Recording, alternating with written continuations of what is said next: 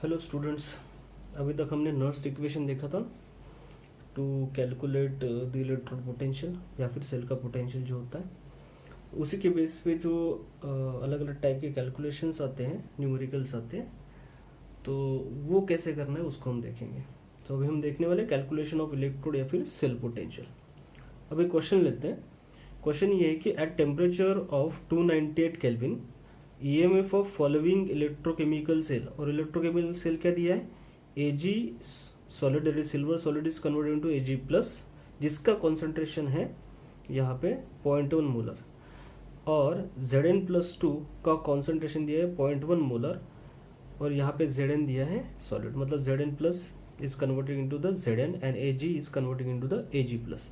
तो यहाँ से हमें एक चीज़ तो पता चल रहा है कि Ag is converting into the Ag plus, right. और ये लेफ्ट हैंड साइड में लिखा है ना, ये क्या है, डबल वर्टिकल लाइन, ये हमारा क्या होता है, सॉल्ट ब्रिज। इसके इस साइड में क्या होता है, एनोड, इस साइड में क्या होता है, कैथोड। ये हमें पता है, ये कैथोड है और ये क्या है, एनोड है ना। तो एनोड पे क्या होता है, ऑक्सीडेशन, तो एज सिल्वर का क्या हो रहा है, ऑक्सीडेशन, और कैथोड पे होता है रिडक्शन, तो जिंक का क्या हो रहा है, यहाँ पे रिडक्शन हो रहा है। तो पूछ रहा है कि इस सेल का EMF कितना होगा, EMF ऑफ दिस सेल कितना होगा, और गिवन है कि standard EMF of the cell होगा -1.562 वोल्ट, ये गिवन है हमारे पास। तो standard electrode potential of cell is given.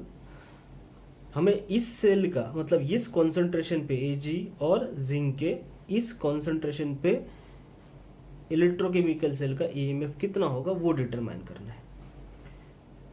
अब ऐसा अगर हो कि स्टैंडर्ड इलेक्ट्रोड पोटेंशियल दिया हो सेल का, है ना, और किसी अलग कॉन्सेंट्रेशन पे, अब देखो ये कॉन्सेंट्रेशन वन यूनिटी तो है नहीं, ये अलग अलग यूनिटी मतलब 1 1 तो है नहीं, तो इसका मतलब ये स्टैंडर्ड सेल हमारा नहीं है, और स्टैंडर्ड सेल नहीं है, स्टैंडर्ड इलेक्ट्रोड का यहाँ पे कॉन्सेंट्रेशन नहीं है, 1 मोलर नहीं है, या फिर यूनिटी नहीं है, तो हम इस सेल का पोटेंशियल डिटरमाइन करने के लिए कौन सा फॉर्मूला यूज करेंगे, तो उसके लिए हम यूज करते हैं क्या, नर्स्ट इक्वेशन। तो सबसे पहला हमारा काम क्या है, जब हम इसको सॉल्व करेंगे, इस पूरे सेल को रिएक्शन फॉर्म में लिख दीजिए। रिएक्शन फॉर्म में कैसे लिखना है मैंने आपको ऑलरेडी सिखाया है, ये वाला पोर्शन इस साइड में और ये वाला पोर्शन इस साइड में। तो मैंने पहले आपको बताया था कि ये सिल्वर है, यहाँ से इसको उठाइए, इस दोनों को कनेक्ट करिए, तो ये हो जाएगा आपका क्या, रिएक्टेंट, और इन दोनों को कनेक्ट करिए, ये हो जाएगा आपका क्या, प्रोडक्ट। अगर ऐसे समझ में ना आए तो ऐसे समझ लो कि ये वाला जो हाफ सेल है और ये वाला जो हाफ सेल है, इसमें से दोनों कभी भी, ये वाले दोनों के दोनों कभी भी रिएक्टेंट नहीं होंगे, और ये दोनों के दोनों कभी भी प्रोडक्ट नहीं होंगे। एक रिएक्टेंट होगा, एक प्रोडक्ट होगा। तो कौन सा रिएक्टेंट होगा और कौन सा प्रोडक्ट होगा, ये कैसे देखें, तो कुछ नहीं करना है, ये बस आपको, जैसे यहाँ पे लेफ्ट हैंड साइड वाला एनोड है, इसको देखो, ये वाला जो होगा पहला, फर्स्ट वाले को कंसिडर करना है रिएक्टेंट, सेकंड वाले को प्रोडक्ट। ये फर्स्ट वाला होगा क्या, ऑब्वियसली फिर रिएक्टेंट, और सेकंड वाला क्या होगा, प्रोडक्ट। तो वैसे लिख देते, ये रिएक्टेंट हुआ, ये हुआ प्रोडक्ट, ये रिएक्टेंट हुआ, ये हुआ हमारा क्या, प्रोडक्ट। लिख देते हैं इसको। तो रिएक्टेंट पहले लिख दे, दोनों रिएक्टेंट, तो यहाँ पे क्या आएगा, Ag सॉलिड फॉर्म, प्लस आएगा क्या यहाँ पे, ये रिएक्टेंट हमारा है Zn प्लस 2 एक्वेस फॉर्म में है ना। इससे क्या मिलेगा हमें, प्रोडक्ट। प्रोडक्ट क्या है हमारा, Ag प्लस, जो कि किस फॉर्म में होगा, ऑब्वियसली एक्वेस फॉर्म में, आयन है तो, प्लस यहाँ पे क्या आएगा, प्रोडक्ट हमारा Zn सॉलिड। ठीक है, तो ये हमारा क्या बन गया, इक्वेशन बन गया, पूरा का पूरा सेल का जो इक्वेशन बनेगा। अब इस रिएक्शन को लिखने के बाद वो बैलेंस है कि नहीं वो देखना है। हाँ, सभी के सभी यहाँ पे एक एक ही है, जो भी आइटम हमारे पास प्रेजेंट है, या फिर आयन जो है, लेकिन यहाँ पे चार्ज अलग है। यहाँ पे 2 चार्ज है रिएक्टेंट में, +2 चार्ज है, और यहाँ पे +1 चार्ज है, तो इन को बैलेंस करना है। तो +2 है तो इसको बैलेंस कर देते, इसको मल्टीप्लाई करवा देते 2 से, तो अब +2 और ये भी हो गया 2 × 1, दैट इज +2 हुआ, ये +2 हुआ, दोनों साइड में चार्ज बैलेंस। लेकिन अब सिल्वर का जो नंबर है वो अलग अलग है, यहाँ पे एक ही सिल्वर है और यहाँ पे कितने, 2 सिल्वर एटम्स है या फिर आयन, तो इसको मल्टीप्लाई करना पड़ेगा किससे, 2 से। अब सब बैलेंस हो गया। ठीक है, इससे क्या पता चल रहा है, इससे हमें ये पता चलता है कि यहाँ पे जो +2 चार्ज है दोनों, तो चार्ज से हमें क्या पता चलता है कि कितने इलेक्ट्रॉन्स इन्वॉल्व है, जितना चार्ज होगा उतने इलेक्ट्रॉन। तो +2 है इधर, उधर भी +2 है, तो नंबर ऑफ इलेक्ट्रॉन्स कितने हो गए, 2, तो n = कितना आया, 2। अब हम लिखेंगे क्या, हम लिखेंगे Nernst equation for this half cell के लिए।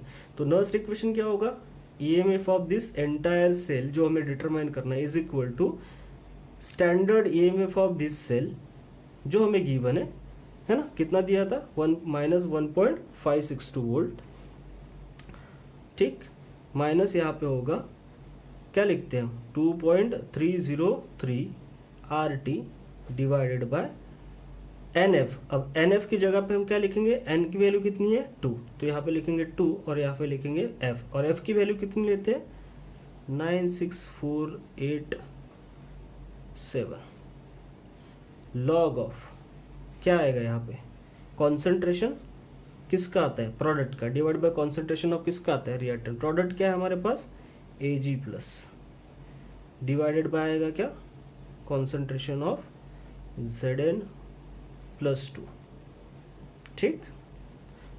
सॉलिड का लेने की ज़रूरत नहीं है क्योंकि इसका कॉन्सेंट्रेशन कितना आता है, यूनिटी आता है। तो यहाँ पे लिख देते हैं, ये डिटरमाइन करना है सेल का पोटेंशियल,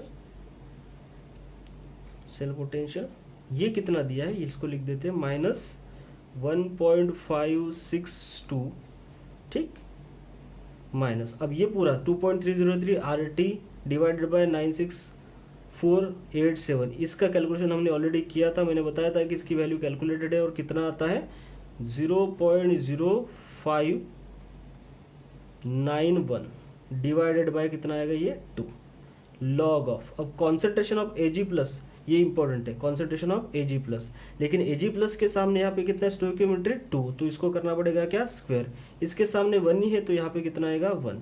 तो कॉन्सेंट्रेशन ऑफ Ag प्लस जो है वो देखो यहाँ पे दिया है, जो आपका सेल दिया होगा उसी में मेंशन है, कितना है ये 0.1 मोलर, और Zn प्लस 2 का भी कितना है 0.1 मोलर, तो इसको लिख देते हैं यहाँ पे, ये कितना है यहाँ पे Ag प्लस का 0.1 मोलर, उसका क्या आएगा स्क्वायर,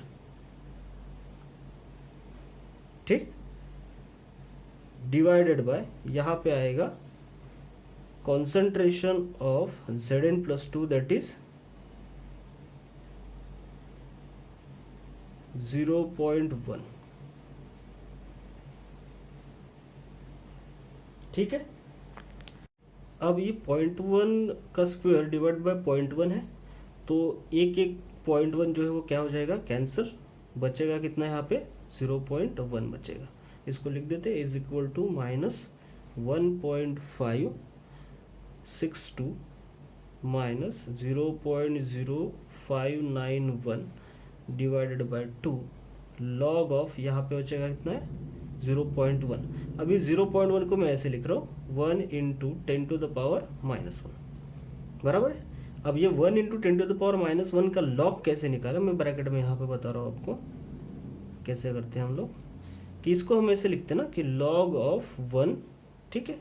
अब ये मल्टीप्लाई है तो क्या लिखते हैं प्लस, और यहाँ पे बनता क्या लॉग ऑफ 10⁻⁻1। अब log 1 की वैल्यू तो भाई 0 आती है, प्लस यहाँ पे क्या आता, यहाँ पे ये 10⁻⁻1 जो होता है, ये -1 सामने आएगा, -1 माइनस यहाँ पे आएगा, तो यहाँ पे मैं लिख रहा हूँ -1 log 10 बचता, और log 10 की वैल्यू कितनी होती है 1, तो बचता कितना यहाँ पे -1, तो प्लस -1 मतलब यहाँ पे बचता कितना फाइनली -1, तो इस पूरे log की वैल्यू कितनी आती है -1, ठीक है। तो ये -1 यहाँ पे मैं पुट कर रहा हूँ, तो यहाँ पे आएगा इज इक्वल टू -1.562 माइनस आता 0.0591 डिवाइडेड बाय आता 2 इंटू यहाँ पे आता -1, तो ये माइनस माइनस क्या हो जाता है यहाँ पे प्लस, और प्लस हो जाता तो ये वैल्यू आती, और ये डिवीजन भी करवा देते फिर कि 0.0591 डिवाइडेड बाय क्या 2, तो ये -1.562, ये माइनस माइनस क्या हुआ प्लस, इन दोनों का डिवीजन भी हमने करवा दिया, तो ये वैल्यू आएगी 0.0295, आप कैलकुलेट कर लीजिए इसको, ठीक, कितनी आएगी। अब इन दोनों का माइनस करवा देते हैं, सब्सट्रैक्शन करवा देते हैं, तो वैल्यू जो फाइनली आएगी वो आएगी -1.532 वोल्ट। ये आया पूरे सेल का पोटेंशियल,